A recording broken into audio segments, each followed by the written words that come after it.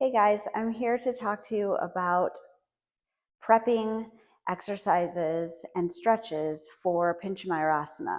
We'll also pass through Dolphin, which is a really important pose to master as you progress your practice and get to the stage where you're feeling ready to attempt Pinchamayurasana or forearm stand. So we're going to work on some exercises that helped me prepare. Remember that yoga is a full practice. So I make sure that we're not just doing one pose at a time. Yoga is not meant to be done in silos. The poses are meant to work together.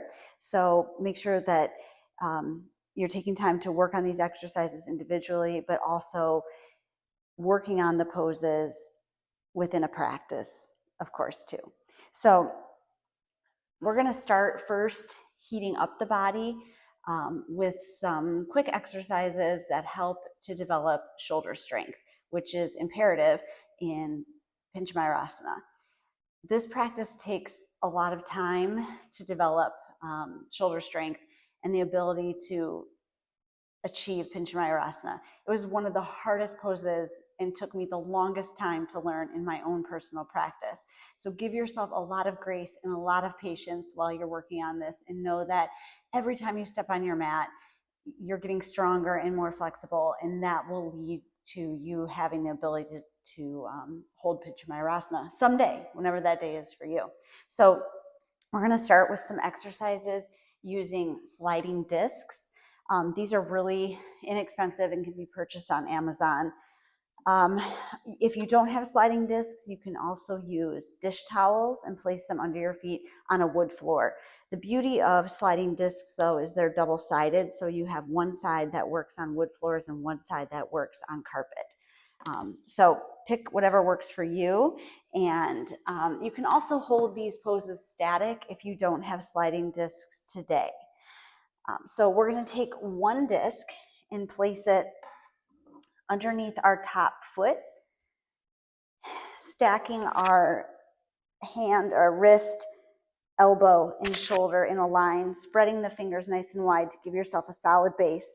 We're starting here and we're sliding our foot. Inhale and exhale. 2, 3, 4, 5, 6, 7, 8, 9, and 10. Today's practice will be quick, so I know you have other things to do, so we'll do this quickly. You can always come back. You can recycle a lot of these movements and make it as long as you'd like. But we're going to switch sides. So take the opposite foot to the top. Make sure that you're lined up with your shoulder over your elbow and your wrist, and we're sliding the foot up. 2, 3, 4, 5, tuck the belly, 6, 7, 8. Make sure the abdominal cavity is staying connected and closed in, pulling the rib cage in. That helps with just increasing strength all over the body, but your core strength is really important in any forearm stand or really any arm balance. So we want to make sure that we're really engaging our core from our pelvic floor, lifting up the pelvic floor and rolling our abdominal muscles in and up. Okay, let's go back to the first side that we are on, and we'll repeat this one more time on both sides, and then we'll move on to another exercise. 1, 2, 3, 4, 5, 6, 7, 8, 9, 10. Switching sides. Inhale, exhale. 2, 3, alternating your breath. 4, 5, 6, 7, 8, 9, 10. Back to center. That's a really good exercise with the sliding discs. I have even more on my Instagram, Texas Yoga Lady, if you want to see some other sequences of sliding disc exercises that work.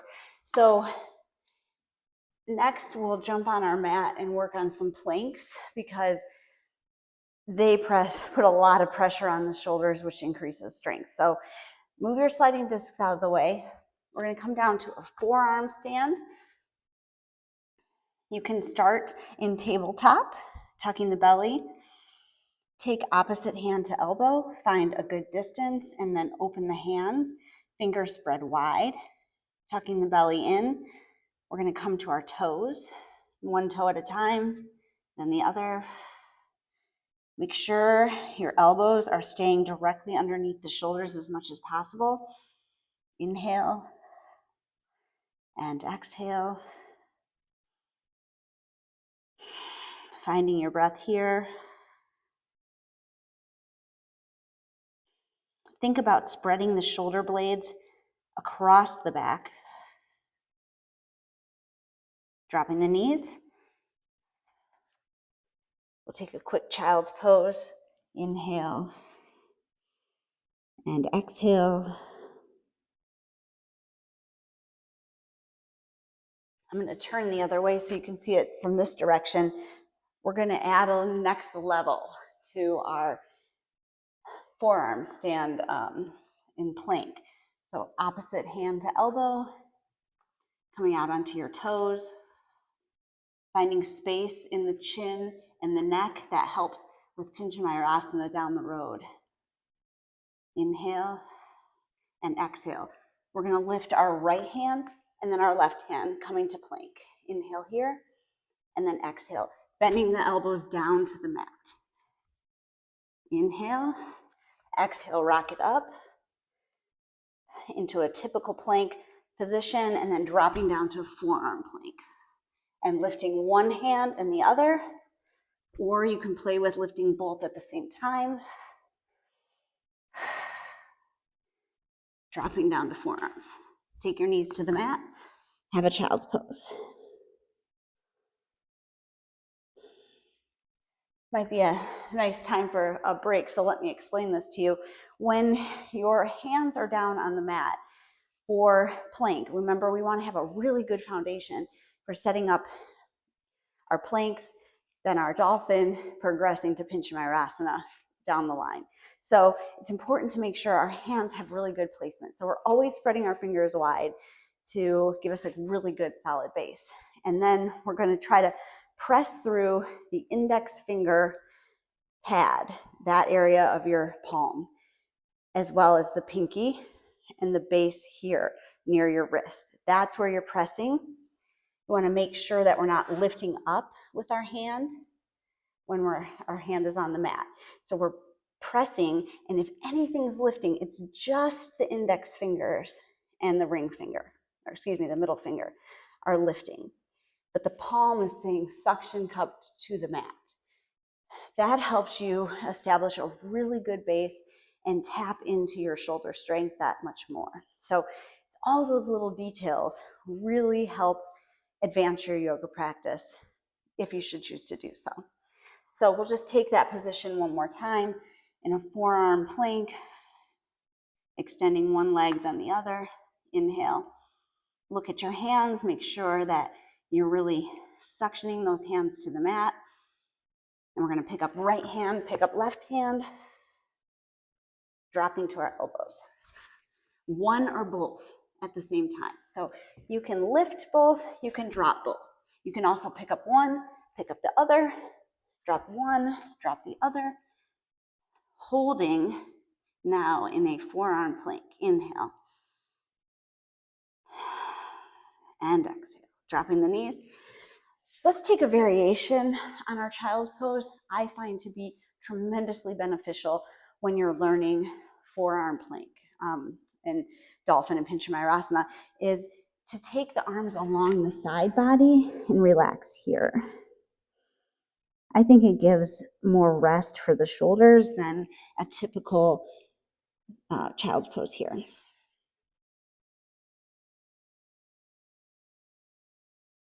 We're going to circle our shoulders around just a little bit.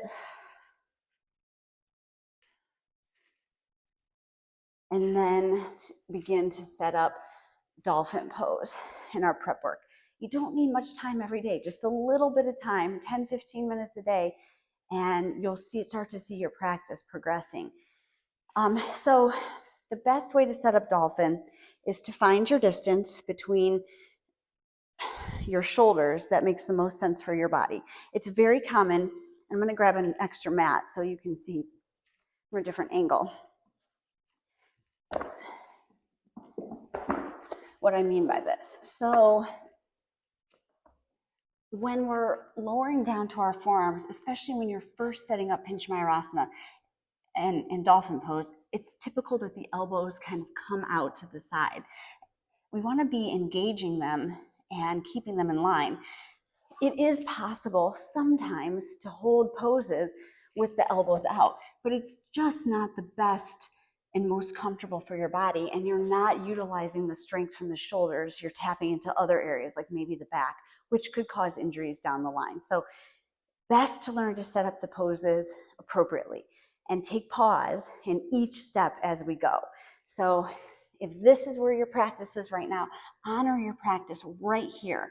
You will grow in time, and boy do I know that feeling where you want it to progress and you want to be up on your forearms. It just takes time. So from a tabletop position, we're going to grab opposite hand to elbow.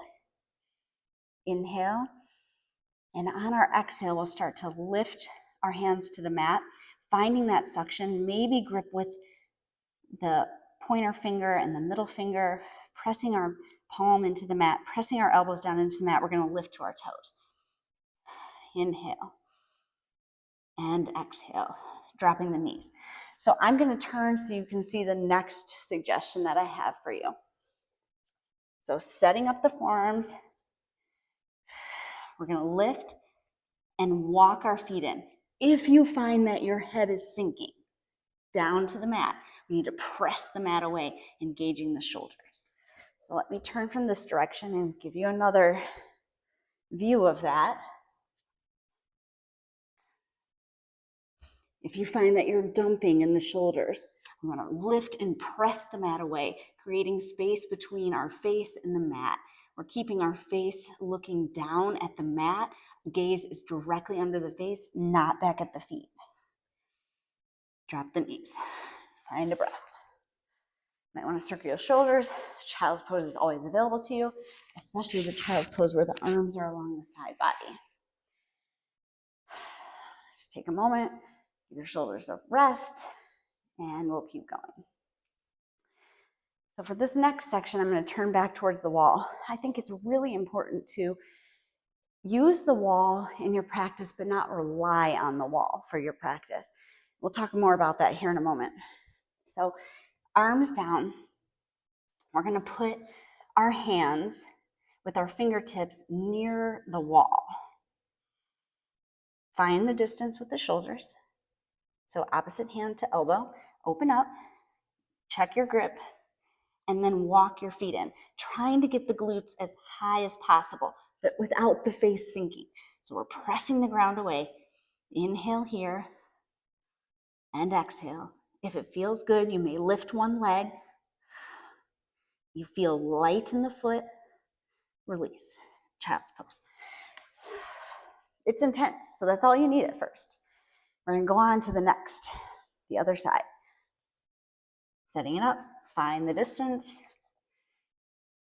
The edge of the fingers are near the wall. Walk it in. Lift the right leg. Pointing the toe because you want this leg to be engaged. Release.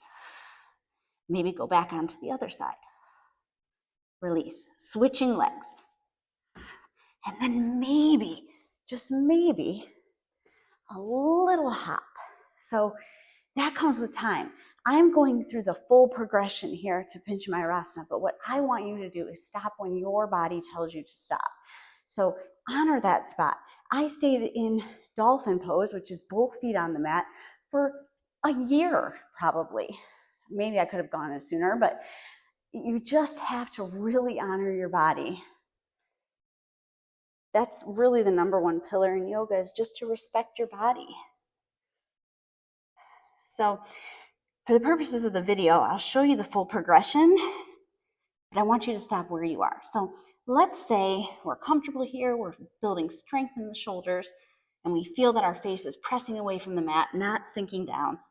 It's time to kick to the wall. So we're going to carefully and gently lift one leg, take little hops, and find the wall. And wouldn't you know, right there, I didn't find the wall. I was holding the pose. Let me move this mat out of the way and show you that again. Tuck the belly from the pelvic floor, feel the core engage, kick to the wall. Now, we're up on the wall. We brought both legs up. We're lying on the wall. We don't want to be too far away from the wall, because what I don't want to happen is I don't want you to be too far away from the wall so that the legs are very far behind the body, because that gives you the wrong angle. So from here, we hold this pose, press the ground away. It's loading more strength in the shoulders, and lift one leg off the wall, then the other. And release. So if that's your first time coming to the wall, you'll notice that it really puts a lot of pressure on the shoulders. Talk about up-leveling and overloading the strength. As you're practicing, starting with the sliding discs, every week or so, add a few more reps, get a little bit stronger that way. That's progressive overload. And then whatever time you feel ready, you're going to move to the wall and you're going to lift the legs to the wall. That's a lot of progressive overload, because your whole weight of your body is resting on your shoulders. I'm 20 years into my practice, and I still feel the load on my shoulders. So I'm telling you, this particular pose takes a lot of strength, especially if you're a naturally flexible person like myself. It's harder to hold this pose, I feel like. So it took me a while to get to this pose. Some people, and some of it has to do with proportion of body, find this particular pose much sooner. I have extremely long legs and a short torso, so it means that I'm holding more of my body weight over my shoulders, which makes it really difficult to hold and pinch. So all of those factors play into you achieving this pose quickly or with time. And give yourself some grace. I tell you that story to just say, give yourself grace when it comes to holding Pinchamayurasana. The last strength pose, and again, this comes with time, that I want you to try is, we don't want to become reliant on the wall. You know what, actually, before I go on, I want to show you. The reason we like to keep our hands near the edge of the wall is it gives us a good distance. If you're too far back from the wall, this is what happens. So this is what I don't want you to do. I don't want you to be so far back that you kick, and then there's that big arch. See that? My legs are way far behind my body. This doesn't give you a good line. It's harder to find your center from here. So it's really important to get those hands close to the edge of the wall. Okay, let's progress here to, let's say, we're feeling confident by the wall. We can hold the load of our body over our shoulders for longer. We've been doing this for who knows how long, whatever you feel confident with. We're going to turn and start to become less reliant on the wall. So we're going to take our feet against the wall to find our distance. We're going to make sure that our shoulders are over our elbow and our wrist. And then put the elbow down right where your hand was. So that means that our hand has moved up slightly on the mat. We're finding the distance between the shoulders. We're going to inhale and exhale. Here we are in dolphin along the wall. And we're going to start to walk our legs up the wall. So I'm a whole leg distance from the wall. I'm taking one leg off the wall, maybe come to my toes, and then back down to the wall, switching sides. This too increases the load, so give yourself a break. Take those pauses because they're just as important as the stretch. So as you can see, with time, the point of the pose and being able to do this is to develop the strength so you can perform this pose of Pinchamayurasana or forearm stand off the wall in the middle of a room. And so the way you get to do that is by building confidence in yourself and turning away from the wall. Certainly you can be in a class or just your own private practice, and you're playing around with it on the mat, and you're trying from dolphin to like lift up and catch the pose. But for some people that's scary, because if you fall, you have to know how to fall. I typically fall and land to the side, placing a foot to the side of the mat, as opposed to falling directly over. So, something to practice too. So the last bit of this particular practice today, I want to show you some really great shoulder stretches. I'm going to bring back my extra mat so I can turn in different directions. You certainly don't need 2 mats. It just helps me when I'm teaching to have 2 mats. So we're going to lay on our stomach. And just get my position right here. We're going to take our right hand and place it on the floor directly in line with our forehead, not in line with our shoulder. Here's forehead, so a little higher than the shoulder. We're going to take a deep breath in, and on our exhale, we're going to press the left hand into the mat, turning to the left, stacking our legs, maybe stopping here. Now, I'm going to show you where this can go if and when you're ready. Truly listen to your body. You're going to take the top left leg and place it down onto the floor behind you. Scoot a little bit towards your mat. Stop here. Check in with yourself. If you feel like progressing, you reach back and find both hands, palms face down. Stop here. Check in with yourself. If that feels good, most people will stop here, if not the step before. If you're pretty flexible, you can flip onto your back, both feet down onto the mat, knees face up, tightening your breath. One more deep progression from here would be top left hand reaches to the right leg, and we gently bend that right leg to the left. So you're holding this stretch right now in whatever position works for you. Slowly releasing, rolling back out to where we started on our tummies. We're going to take the right hand, fist in hand, and slide it underneath the left arm. So, sorry if it's messing up the mic, but let me actually move the mic. Our chin is resting near the shoulder, the right shoulder. Right hand is thumb and fist pointed down. All of these details matter. Left hand, thumb and fist, with the fist up. So we're trying to match up our left shoulder with our right elbow crease. Let me turn this way so you can see. Just like that. Trying to match it up. Now, please know that everybody is different and everyone looks different in this pose. Some people will be up here and unable to roll completely on the stomach. The key is to love your body where it is in this pose right now. Because if you press it beyond what it's ready for, you're going to hurt yourself. And I don't want that to happen. So we're going to inhale here and exhale. Some options for you to up level this with time is to walk that right leg out, bent or extended. Stay where you are comfortable. Another option for you, and I'm just giving you the options because if you watch this multiple times, maybe you'll progress. We're going to take our chin and place it on the right wrist and bend that arm down.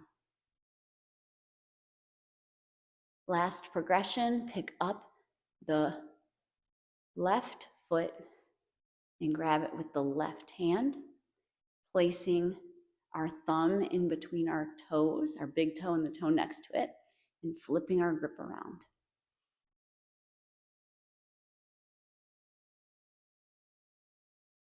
We're going to release slowly and gently and press to a plank.